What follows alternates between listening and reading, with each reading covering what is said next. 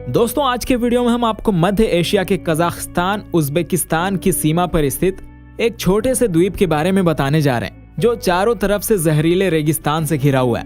वैसे तो अब इसे द्वीप कहना ठीक नहीं होगा क्योंकि इसके आसपास की झील यानी अराल सागर अब कमोबेश सूख चुकी है। दोस्तों आपको बता दें इस द्वीप का नाम वोजरोजडेनिया है। किसी दौर में ये मछली मारने का बहुत बड़ा ठिकाना था। दोस्तों ये उस वक्त की बात है जब अराल सागर दुनिया की चौथी बड़ी झील हुआ करती थी, लेकिन दुर्भाग्यवश सोवियत संघ ने इस झील का इतना दुरुपयोग किया कि दोस्तों आज ये झील सूख चुकी है। लेकिन आप सोच रहे होंगे कि अब क्या, आगे क्या हुआ इस झील के साथ। तो बता दें दोस्तों, आज ये जगह कीटनाशकों का ढेर है और यहाँ पर पारा अक्सर 60 डिग्री सेल्सियस तक पहुंच जाता है और जिंदगी के निशान के तौर पर यहाँ सिर्फ सूखे हुए दरख्त दिखते हैं। कभी कभार यहाँ पर सुस्ताते हुए ऊंट भी दिख जाते हैं जो किसी जमाने में यहाँ चलने वाले बड़े जहाजों की छांव में बैठते थे। सुनकर हैरान हो जाएंगे आप, लेकिन वोजरोजडेनिया द्वीप ने अराल सागर का पानी इतना सोख लिया है कि इसका आकार 10 गुना तक बढ़ गया है और आज की तारीख में वोजरोजडेनिया को दुनिया के सबसे खतरनाक इलाकों और दुनिया के सबसे जहरीले रेगिस्तानों में से एक में भी गिना जाता है। एक समय था जब यहाँ पर सोवियत संघ का जैवीय युद्ध की तैयारी का ठिकाना हुआ करता था और 70 के दशक से यहाँ पर कई भयानक घटनाएं घट चुकी हैं। जैसे कि 1971 में एक वैज्ञानिक बीमार पड़ गई। उसे चेचक की बीमारी हुई थी, जबकि उसे चेचक का टीका लगा हुआ था। बाद में वो ठीक हो गई, लेकिन चेचक की वजह से उसके भाई समेत 3 और लोगों की मौत हो गई। इस घटना के ठीक 1 साल बाद 2 लापता लोग एक नाव में मरे हुए पाए गए। कहा जाता है कि उन्हें प्लेग की बीमारी ने मार डाला।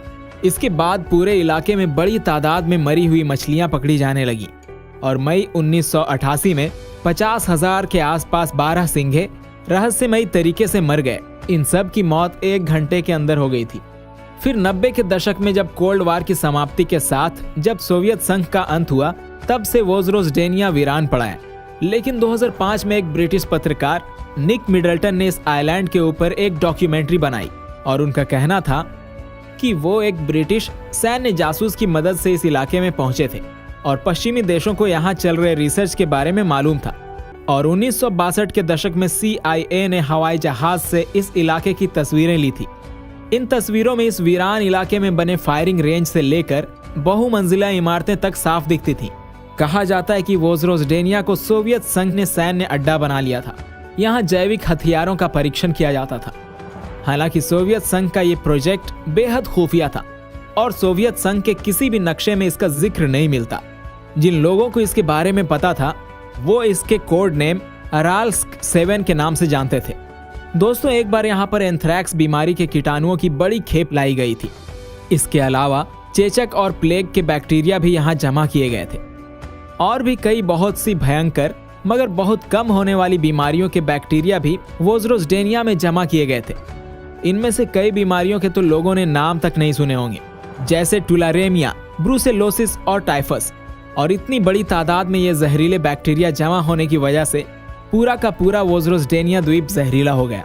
कहा जाता है कि एक दौर में ये द्वीप इतना छुपा हुआ था कि इसकी तलाश ही 19वीं सदी में हुई थी।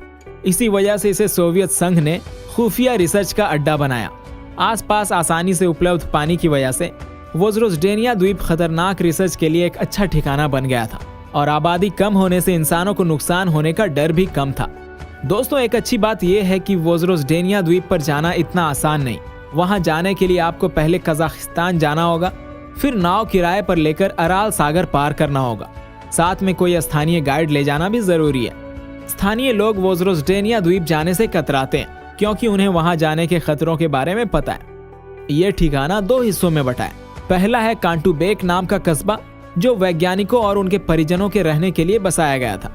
आज कांटूबेक कस्बा पूरी तरह से भूतहे शहर में तब्दील हो गया है, लेकिन किसी दौर में यहाँ रहने वालों के निशान आज भी मिलते हैं, जैसे मकान, स्कूल, कैंटीन, मार्क्स और लेनिन की किताबें और सोवियत नेताओं के बुत।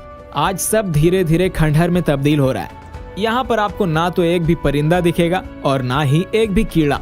पूरे इलाके में सन्नाटे की चीख सुनाई पड़ती है। तो ये था वीडियो का अंत। वीडियो कैसी लगी हमें कमेंट करके जरूर बताएं। हम डेली ऐसी रोचक वीडियोस आपके लिए अपने चैनल पर अपलोड करते हैं। चैनल पसंद आया तो इसे सब्सक्राइब कर दें और वीडियो को लाइक करना ना भूलें। आखिर तक बने रहने के लिए शुक्रिया।